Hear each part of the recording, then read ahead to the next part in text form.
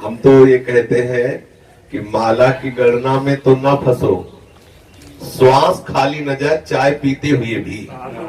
हम जब चाय पिए तो एक एक घूंट में श्री जी का सुमिरन कर। हम ऐसे ही प्रसाद पाते, बताना नहीं तो करे क्या ऐसे ही प्रसाद पाते हैं।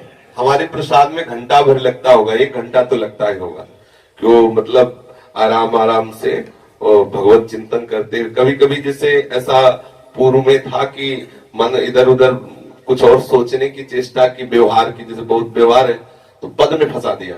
अब शुरू कर दिया प्रथम यथामति प्रणोसी वृंदावन, लंबा पद है, अब बार बार डबल लाइन करते हुए प्रसाद पाते समय, स्नान करते समय, व्यवहार के समय बहुत हमें सावधान रहना, क्योंकि उस समय मन भागने के चांस रहते हैं। उसे खाली समय मिलता है ना, साधक की रुचि प्रसाद में हो गई तो मन भागने का अवसर है। जैसे हम किसी से बात कर रहे हैं व्यवहार में तो उस समय भागने का अवसर है। स्नान आदि या क्रिया आदि में तो हम सावधान रहे, कभी खाली न रहे। सच्ची बात है कि हमें श्री जी को इसी जन्म में प्राप्त करना है, तो गणना तो कर देते हैं बंद।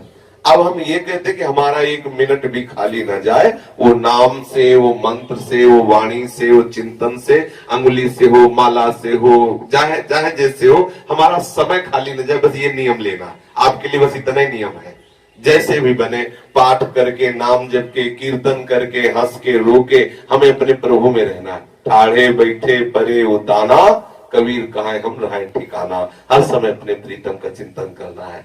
अगर हम कुछ नियम दे, जवान साधक होते तो उसमें विचार करते। अब आपका वयोवृद्ध शरीर है, सोफा में बैठे हैं तो मंत्र चल रहा है, खड़े हैं तो चल रहा है, माला है तो चल रहा है, बिना माला के चल रहा है। ऐसा आप करो, ठीक रहेगा ना जी।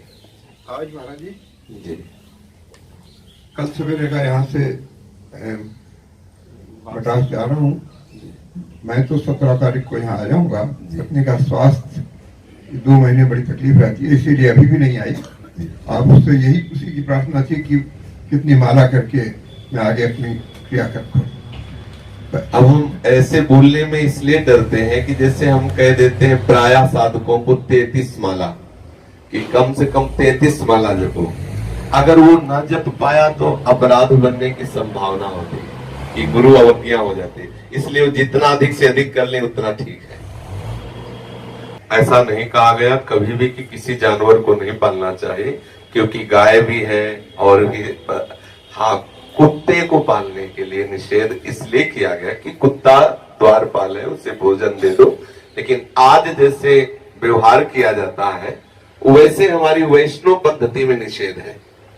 कुत्ते में भी भगवान का दर्शन करके उसे यथास्थान भोजन दे देना, उसकी सुख की व्यवस्था कर देना, ये हमारा वैष्णव धर्म कहता है।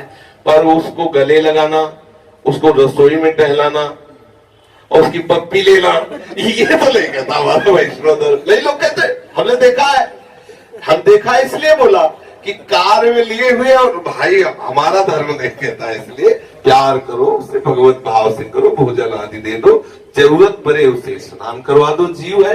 लेकिन व्यवहार, अब हम जहाँ ठाकुर जी की रसोई बना रहे हैं वहीं वो बगले में उसको तो ज्ञान है नहीं, वो कौन सी वस्तु सूंघ ले, कौन सी वस्तु चाट ले, कब लघु शंका। यहाँ आप लघु शंका जाते हैं तो पवित्रता का निर्वाह करते हैं, वो कैसे करेगा।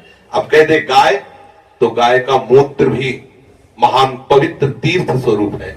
गाय की समानता से आप कुत्ते की समानता नहीं कर सकते। गाय पालना अति अनिवार्य है, क्योंकि उसके मूत्र में इतने परमाणु हैं कि वो न जाने कितने रोगों का नाश कर देते हैं। गाय जहां गोबर करती है वहां लक्ष्मी आती है।